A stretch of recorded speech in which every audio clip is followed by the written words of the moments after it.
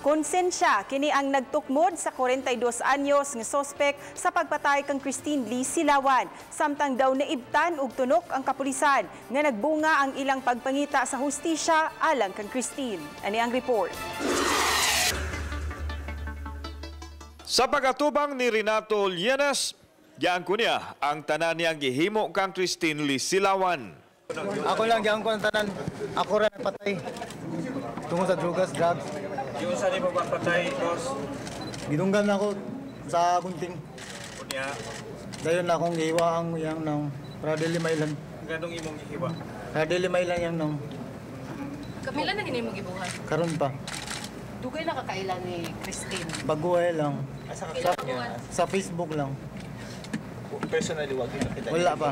Pero first time to ninyong meeting? Meet. First time mo meet. Hindi mo siyang na-rape? Wala. Nga naman siya? Kay naguna man ako siya gidungga ko na ako unta pero patay na siya. Ngano mo siyang gidungga ba sir?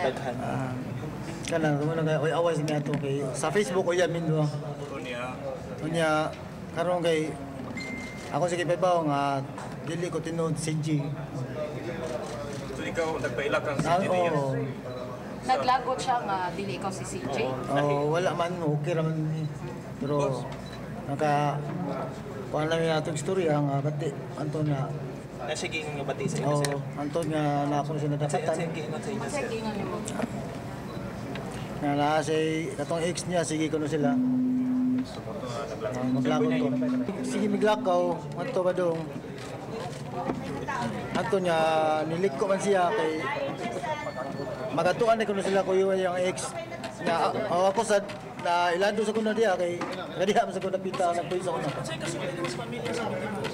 Mga yun lang kong pasaylo sa akong nabuhat sa iyong anak. Nakonsensya ko. Kaya ito gayon na ba? Naka-drugs ka? Nakagamit ka? Oo, gumon ko sa droga. Nagamit ka? Gayon na? Nakagamit ka? Anong wa ka mo surrender sa polis? Tungod kay nadlo ko kay noan nam ko tay patong ang ulo ana wa ko kay bawkin sa akong surenderan wa ako kaila. Karon na niya ka sa crime sa yung gusto kay tabo tong usa ka suspect. Gusto na ko magawas na to siya kay wala tayo to hilabot luoy kay tanan. Wa ka kaila niya sir? Wala ko kaila niya. Samtang daw na emosyonal si Senior Superintendent Limil Obon nga nagbungag yun ang ilang kahago sa paggukod sa suspek. Murag kahilakon ko.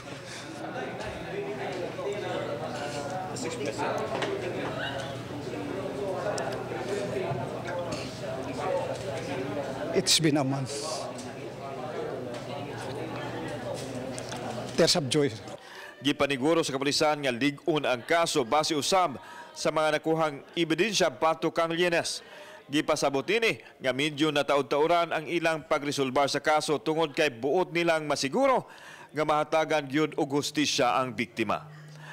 With respect to the agency also, nihunong good me because we do not want nga banggaon sila. We just continued because we believe nga we have another suspect. At na-confirm kita, ang akong giingon, we will not come out unless na yung solid ang atong ebidensya. Kauban si Marlon Milgaso, ako si Alan Domingo. Balitang Bisdak.